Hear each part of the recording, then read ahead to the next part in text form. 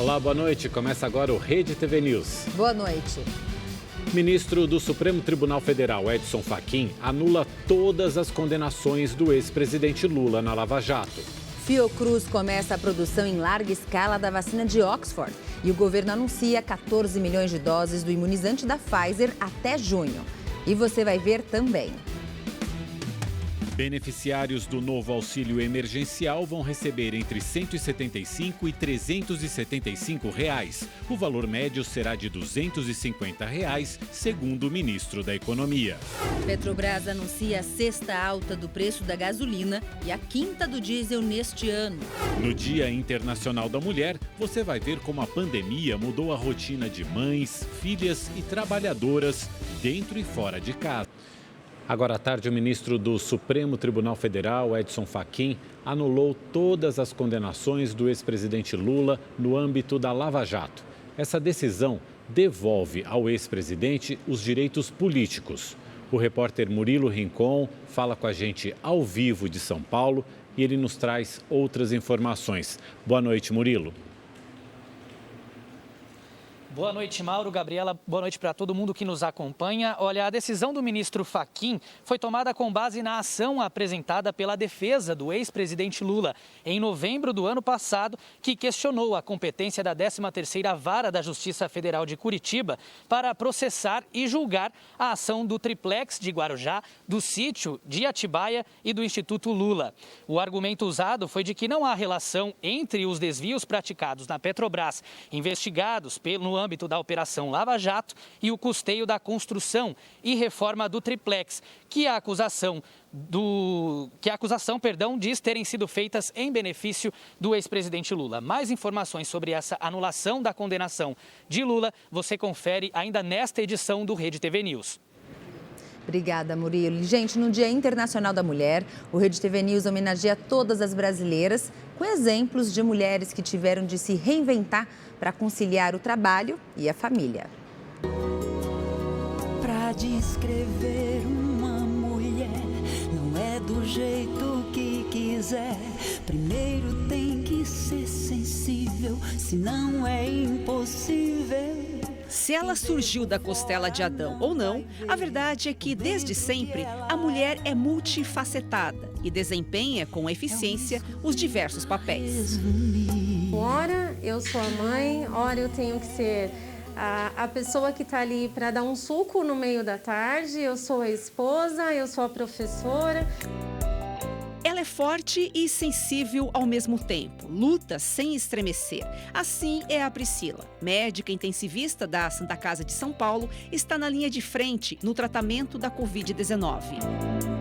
Todo paciente a gente acaba se envolvendo de alguma forma e quando a gente consegue melhorar e recuperar é uma vitória, mas infelizmente não são todos que a gente consegue salvar. Sozinha na capital paulista, a família mora no interior do estado, a 500 quilômetros. Uma distância que ficou ainda maior com o isolamento social. No total de um ano eu vi 3 vezes a minha família. Eu tinha costume de ir todo mês visitá-los. Sente falta daquele abraço do pai e da mãe? Com certeza, todo dia. A Iris também viu a vida mudar nesse ano de pandemia. Em 20 anos de enfermagem, nunca passou por algo parecido. A convivência com os pacientes ficou ainda mais intensa. E o medo de levar para casa o vírus a fez criar uma nova rotina. Que a gente não sabe até quando o imunológico da outra pessoa está bom, né? Por mais que você conviva, você não sabe aonde que está ruim o imunológico de cada um. Do que você mais sentiu falta nessas mudanças todas? O agrupamento, né, da família. Se a pandemia distanciou essas mulheres de suas famílias porque a profissão exigiu, o coletivo, no momento, tornou-se prioridade. Por outro lado, quem levou o trabalho para casa teve a oportunidade de estar mais perto da família. Quem está de home office pode aproveitar melhor o tempo, ainda que seja um desafio separar o trabalho da vida doméstica. O maior desafio foi conciliar entre uma reunião e outra, parar para fazer um almoço, para dar atenção para eles, para ajudar numa aula online. Oficializada pela Organização das Nações Unidas em 1975, a data lembra a luta das mulheres pela igualdade e condições de trabalho. Mas o fato é que celebramos mesmo todas aquelas que já se foram ou que estão aqui, que dão o melhor de si todos os dias, que trabalham, cuidam, ensinam, lutam como homens sem perder a feminilidade. Dizem que a mulher é o sexo frágil. Sexo frágil, que é nada. Ela aceita o papel de coadjuvante, mas sempre conquista o protagonismo.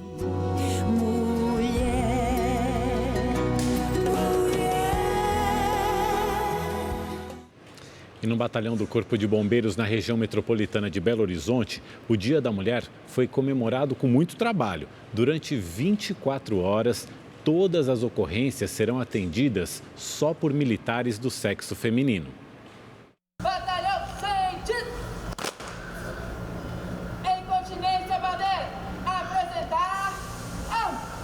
A troca de plantão foi marcada por uma cerimônia especial. Um grupo formado só por homens foi substituído por uma tropa exclusivamente feminina.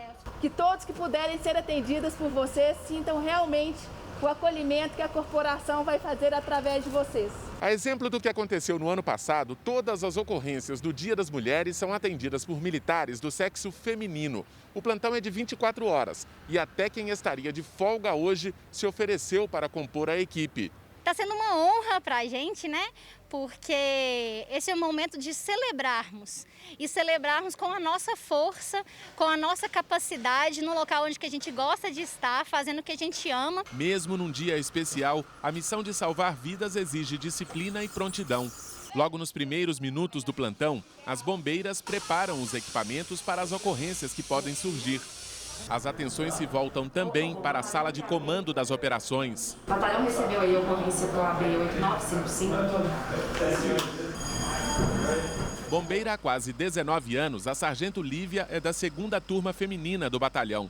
Ela lembra que as mulheres só passaram a ser admitidas nos concursos da corporação em 1993.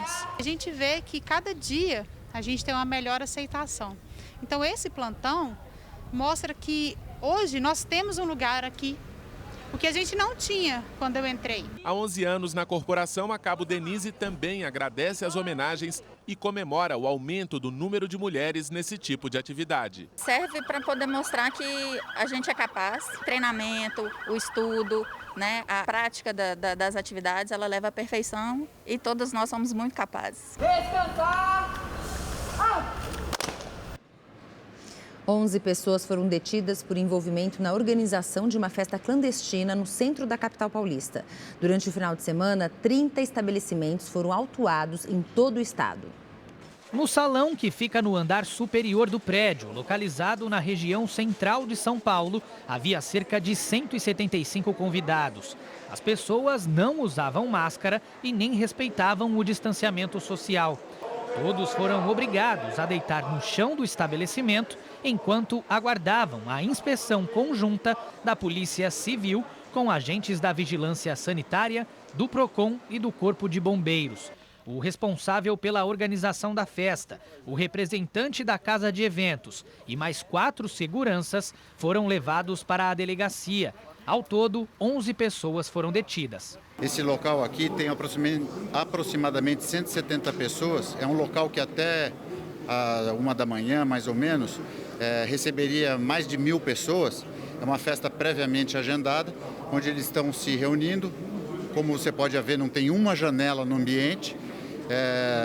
Todas as pessoas estão completamente expostas a serem contaminadas. Entre a noite desta sexta e a madrugada de domingo, a Vigilância Sanitária Estadual inspecionou 97 estabelecimentos na capital paulista.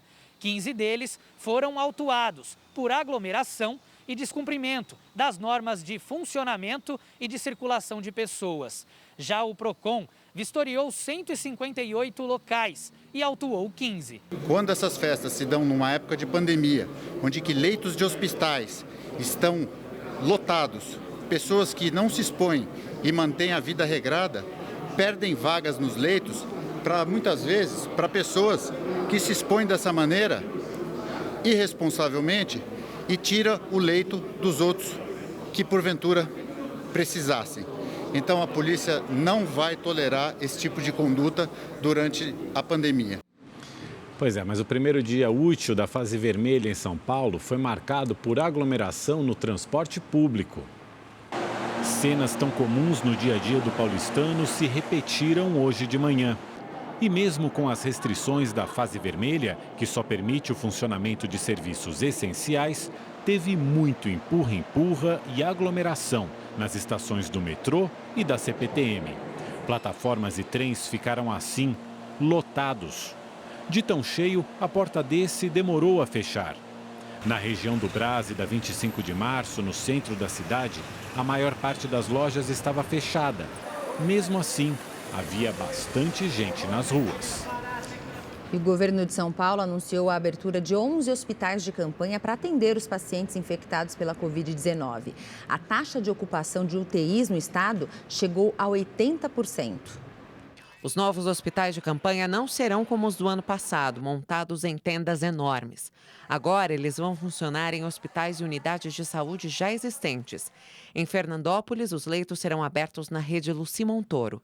Na capital paulista, o hospital de campanha será montado no Hospital São José, na Zona Norte. As outras unidades ficarão nos ambulatórios médicos de especialidades nas cidades de Santo André, Andradina, Santos, Barretos, Botucatu, Campinas, Ourinhos, Tupã e Itapetininga. Segundo o governo, até o fim do mês serão 280 novos leitos, sendo 140 de UTIs. As taxas de ocupação no nosso estado chegam a 80%. Nós temos que lembrar que no dia 22 de fevereiro, o estado tinha 66% na sua taxa de ocupação. E a Grande São Paulo está com 81,2%, quando no dia 22, há 2 semanas, tínhamos 68,8%.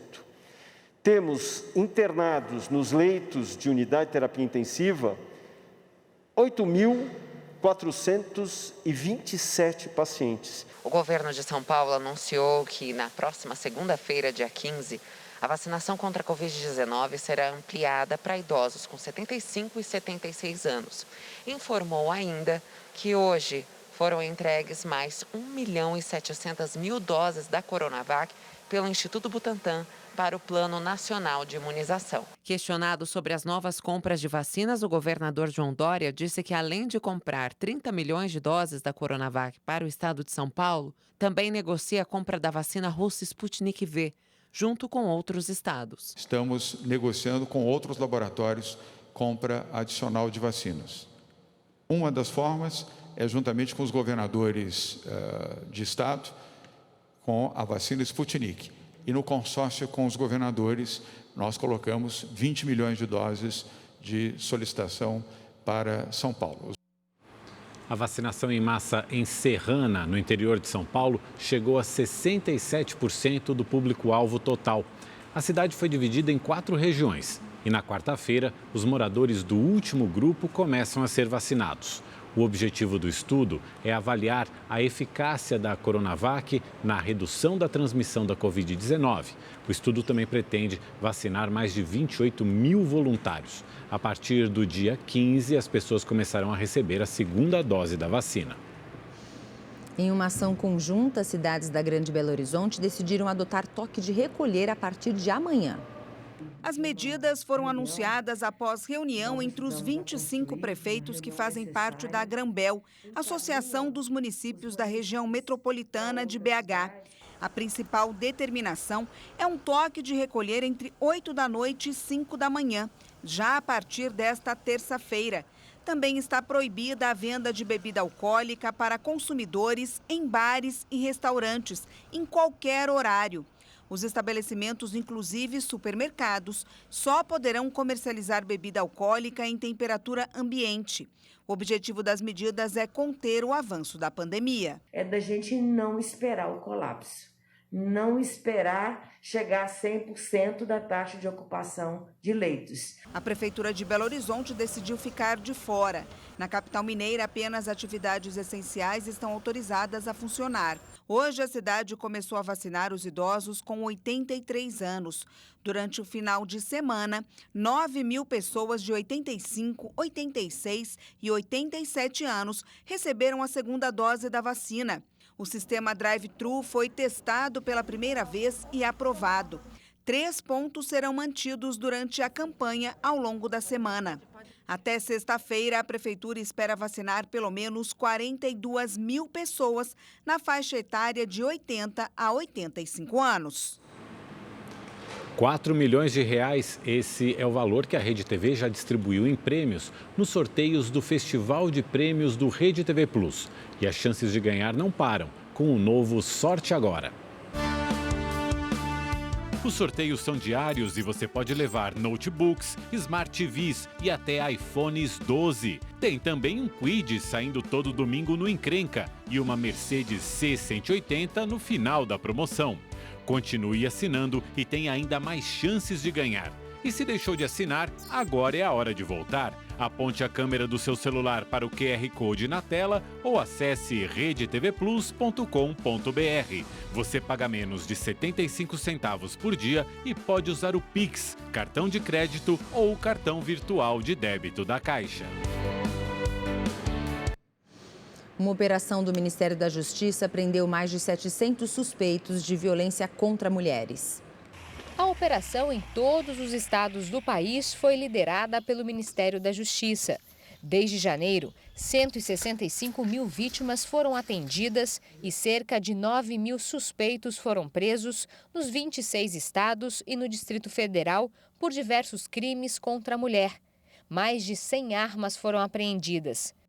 No Rio de Janeiro, a Polícia Civil saiu às ruas para cumprir 98 mandados de prisão contra agressores de mulheres. A gente passando informação para outras DEANs de outros estados e eles passando para a gente conseguiu se unir e defender essas mulheres que tanto precisam da gente. No ano passado, foram registradas mais de 105 mil denúncias de violência contra a mulher só nas plataformas Ligue 180 e Disque 100 em todo o país. A pandemia, segundo o Ministério da Mulher, da Família e dos Direitos Humanos, facilitou a convivência entre mulheres e agressores, provocando aumento nos registros. O crime contra a mulher é um crime de repercussão de âmbito internacional. Com esse aumento, essa operação visou um efeito preventivo, repressivo e didático a esses agressores. É um efeito pedagógico. O governo federal e os governos estaduais estão empenhados em combater esse tipo de violência, esse tipo de crime. No Rio de Janeiro, 65 mulheres foram mortas entre 13 de março e 31 de dezembro de 2020. Nesse período, 73 mil mulheres foram vítimas de algum tipo de violência no estado, segundo os registros policiais, durante o isolamento social. Foram 251 vítimas por dia. Em dezembro de 2020, uma juíza foi morta pelo ex-marido na frente das filhas do casal. Viviane Vieira Ronense, de 45 anos, foi esfaqueada ao entregar as crianças para passar o Natal com o pai na Barra da Tijuca, zona oeste do Rio. Paulo José Ronense, de 52 anos, foi preso em flagrante por feminicídio. No início de janeiro, Bianca Lourenço, de 24 anos, desapareceu depois de ser retirada à força pelo namorado de um churrasco na favela Kelsons, na Zona Norte. O corpo dela foi encontrado 9 dias depois. A polícia disse que a jovem foi morta pelo ex-namorado Dalton Luiz Viana, de 31 anos, apontado como chefe do tráfico local, que não aceitava o fim do relacionamento. Ele teve a prisão preventiva decretada, mas segue foragido. Essa violência de gênero, ela independe de classe social. Ela está marcada profundamente nessa sociedade machista, patriarcal, que entende que a mulher é posse do homem. A cidade do Rio de Janeiro já soma 19.155 mortes pela Covid-19. Segundo a Secretaria de Saúde, há 6 semanas a fila por um leito está zerada, mas a taxa de ocupação nas UTIs chega a 93% e nas enfermarias 77%. O município já imunizou 420 mil pessoas e hoje foi a vez da população de 77 anos.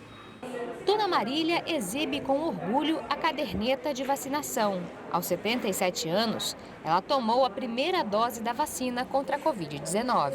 Eu espero que todos os brasileiros tenham essa oportunidade que eu estou tendo hoje. Dona Manuela acaba de receber a segunda dose e está mais protegida. Mesmo assim, eu ainda vou ter cuidado, com certeza. O município do Rio de Janeiro alcançou hoje 6% da população vacinada. São 420 mil pessoas. Segundo o secretário de Saúde, a cidade tem doses garantidas até quarta-feira para o público de 76 anos e espera receber novas doses para não interromper o calendário de vacinação. Além da remessa de hoje prometida pelo Instituto Butantan, outro lote da Coronavac está previsto para chegar na quarta-feira. A gente espera que o cronograma que foi apresentado seja mantido e que, quando o Instituto Butantan ou a Fiocruz liberar a vacina, a entrega seja feita de maneira mais rápida possível. Então, cada dia importa em relação à campanha de vacinação e a gente espera que o Ministério, quando receber a vacina, já consiga disponibilizá-la rapidamente para os municípios para que a gente possa manter nosso calendário. Este foi o primeiro fim de semana de novas restrições no Rio de Janeiro. Até o dia 11 de março, o funcionamento de quiosques nas praias e a atividade de vendedores ambulantes estão proibidos. Com o tempo instável, neste domingo a orla carioca ficou mais vazia. À tarde, comerciantes fizeram um protesto. O decreto publicado na quinta-feira pela Prefeitura do Rio proíbe o funcionamento de bares e restaurantes depois das 5 da tarde. As pessoas que trabalham até as 5, às vezes elas não conseguem vender o almoço, então elas dependem da janta. E as pessoas que abrem às 6 não vão conseguir nem abrir suas casas, ou seja, as famílias, os funcionários que trabalham nas nossas casas vão ficar desamparadas. Só neste domingo e na madrugada de hoje, os fiscais da Prefeitura fecharam 61 estabelecimentos flagrados funcionando fora do horário permitido. A Fiocruz começou hoje a produção em larga escala da vacina de Oxford em parceria com a farmacêutica AstraZeneca. A previsão é entregar até o fim do mês 3.800.000 doses ao governo federal. O ministro da Saúde, Eduardo Pazuello, e o governador do Piauí, Wellington Dias, do PT, que representou o Fórum Nacional de Governadores, acompanharam o início da produção da vacina em Biomanguinhos. A Fiocruz anunciou que o imunizante fabricado com o ingrediente farmacêutico ativo importado da China passou nos testes de estabilidade e consistência.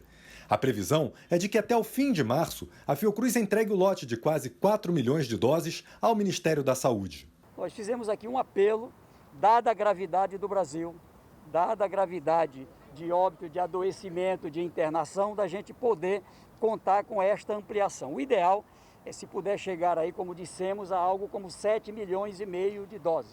Até abril serão 30 milhões de doses e 100 milhões até o meio do ano.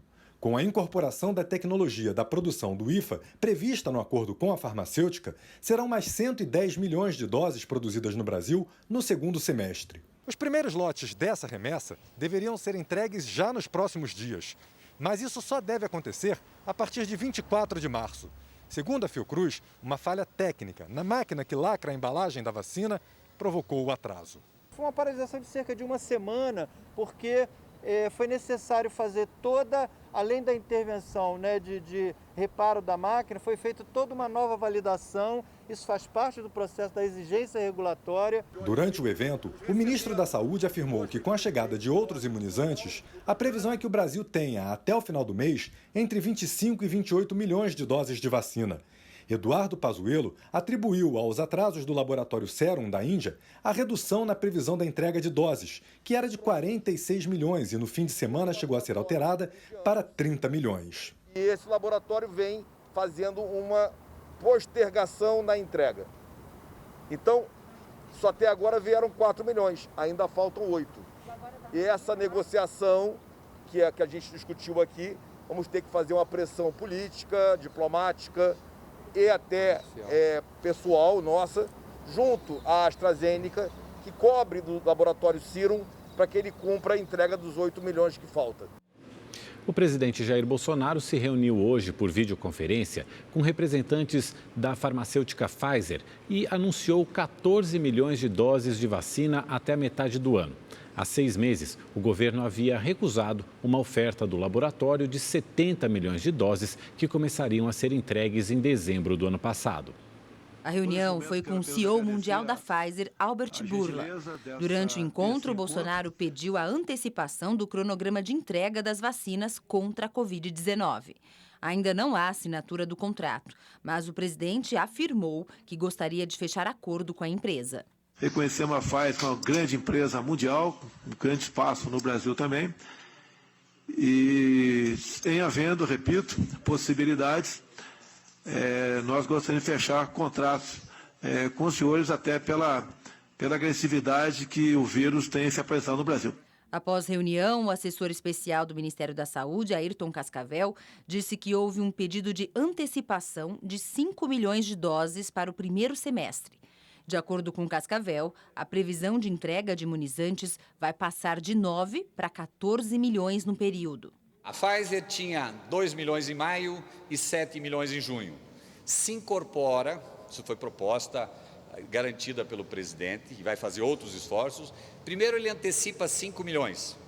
7 e 9, aliás, nós tínhamos 2 e 7, tínhamos 9 milhões, 2 em maio e 7 em junho.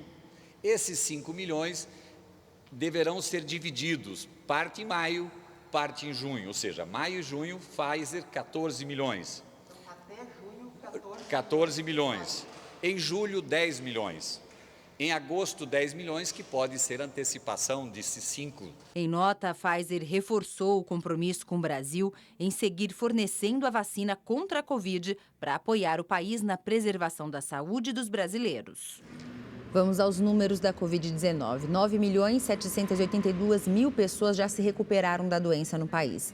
1 milhão está em acompanhamento e, desde o início da pandemia, mais de 266.000 pessoas morreram por complicações do novo coronavírus. O ministro da Economia, Paulo Guedes, anunciou que o valor do novo auxílio emergencial deve ficar entre R$ 175 e R$ 375. O início do pagamento ainda depende da votação da chamada PEC emergencial na Câmara dos Deputados. A confirmação dos valores a serem pagos na nova rodada do auxílio emergencial foi feita pelo ministro da Economia após uma reunião com o presidente Jair Bolsonaro no Palácio do Planalto. O valor de R$ 175 deve ser pago para as pessoas que moram sozinhas. Já mulheres que têm filhos e não têm o apoio dos pais devem receber R$ 375. Segundo Paulo Guedes, o valor médio do benefício será de R$ 250. O governo ainda deve restringir o pagamento a uma pessoa por família. Essa é a média, né? Esse é um valor médio, porque se for uma família monoparental dirigida por uma mulher, aí já é 375. Se for monoparental, se tiver um homem sozinho, aí já é 175. Se for o casal, os dois, aí já são 250. Quer dizer, tem toda uma... Isso é o Ministério da Cidadania. Apesar dos critérios de pagamento estarem traçados para a nova rodada do benefício entrar em vigor, ainda é necessária a aprovação da PEC emergencial. A proposta de emenda à Constituição traz gatilhos para controlar as despesas e permite que o auxílio emergencial fique fora do teto de gastos e possa ser pago com créditos extraordinários, do limite de 44 bilhões de reais. O texto foi aprovado na semana passada pelo Senado. 2 grandes lições nós tiramos da crise do ano passado. A primeira lição é a política que protege o povo brasileiro se ela for corretamente, se ela for bem feita. O que aconteceu no ano passado? Aconteceu na Alemanha, aconteceu nos Estados Unidos e aconteceu no Brasil. Não faltou dinheiro para a saúde, foi todo o dinheiro que precisava para a saúde. Em compensação, não houve aumento de salário. Você está no meio de uma crise enorme, desemprego generalizado. A classe política assumiu a responsabilidade de dizer, olha, esse ano não tem aumento de salário e vamos gastar tudo que a gente precisar na saúde. A expectativa é que o relatório da PEC seja apresentado na Câmara dos Deputados amanhã e que a proposta seja votada até quarta-feira. O relator, deputado Daniel Freitas, do PSL de Santa Catarina, se reuniu com o presidente Jair Bolsonaro na tarde de hoje. Nada será decidido sem antes a participação de todos os líderes da Câmara dos Deputados. Depois que a PEC for aprovada, o governo irá publicar uma medida provisória determinando a recriação do auxílio emergencial. A gasolina vai subir pela 6ª vez este ano. O combustível vendido pelas refinarias terá alta de 8,8% a partir de amanhã. Já o diesel sobe 5,5%, o 5º reajuste em 2021. Desde o início do ano, a gasolina subiu 54% nas refinarias, enquanto o diesel acumula alta de 41,6%. E a gente volta a falar sobre a decisão do ministro do Supremo Tribunal Federal, Edson Fachin, que anulou todas as condenações do ex-presidente Lula, do PT, na Lava Jato. Fachin também determinou que os processos sejam analisados pela Justiça Federal de Brasília. Com isso, Lula volta a ser elegível. A decisão do ministro Edson Fachin foi monocrática. Fachin atendeu a um pedido da defesa do ex-presidente Luiz Inácio Lula da Silva. O magistrado aceitou o argumento de que as acusações contra Lula não poderiam ter sido investigadas pela 13ª Vara da Justiça Federal, em Curitiba.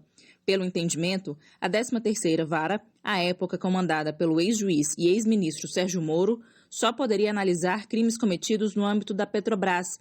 As acusações contra o ex-presidente não têm relação com o esquema de corrupção na estatal. Em nota, o ministro Edson Fachin justificou que o próprio plenário do STF limitou a competência da Justiça Federal no Paraná. Disse que, em vários casos, os processos que estavam no Paraná já foram remetidos à Justiça em todo o território nacional e que, no caso específico do ex-presidente Lula, apesar de pedidos anteriores da defesa, é a primeira vez que o argumento reúne condições processuais de ser examinado. Fachin finaliza o texto deixando claro que pessoalmente não concorda com o entendimento. No entanto, vencido diversas vezes quanto ao tema, ele tem considerado a evolução da matéria na segunda turma em casos semelhantes. Por isso, entendeu que deve ser aplicado ao ex-presidente da República. Na prática, todas as condenações de Lula foram anuladas, inclusive a do caso do triplex de Guarujá, que levou o ex-presidente a cumprir pena em regime privado na carceragem da Polícia Federal em Curitiba. Lula também retoma os direitos políticos. Assim, pode disputar qualquer cargo público, incluindo as eleições de 2022. A decisão de Fachin também pode ter impacto sobre o ex-ministro Sérgio Moro. Como os processos foram anulados, Moro não teria que responder sobre uma suposta parcialidade durante os julgamentos. No Twitter, o presidente da Câmara dos Deputados, Arthur Lira, se pronunciou. Ele disse, abre aspas, minha maior dúvida é se a decisão monocrática foi para absolver Lula ou Moro. Lula pode até merecer, Moro jamais. Fecha aspas. Já o presidente do Senado, Rodrigo Pacheco, preferiu não comentar a decisão por não conhecer os elementos jurídicos. Agora, as ações envolvendo o ex-presidente Lula serão distribuídas para as 2 varas do Distrito Federal, responsáveis por casos de corrupção. O juiz que receber o caso poderá aproveitar partes ou todo o trabalho da Justiça do Paraná, se considerar a legalidade das ações. E voltamos com o repórter Murilo Rincon, que está na frente do Instituto Lula e tem mais informações ao vivo sobre a decisão do ministro Edson Fachin, que anulou as condenações do ex-presidente. Murilo, com você.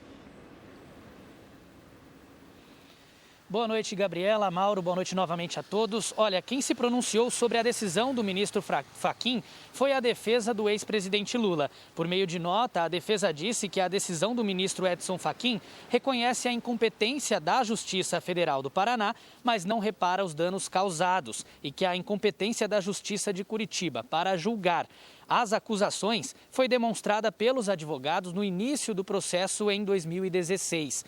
Quem também se pronunciou e emitiu uma nota, foi o Instituto Lula, que afirmou que, abre aspas, o Brasil pagou um preço alto antes de a justiça ter sido feita.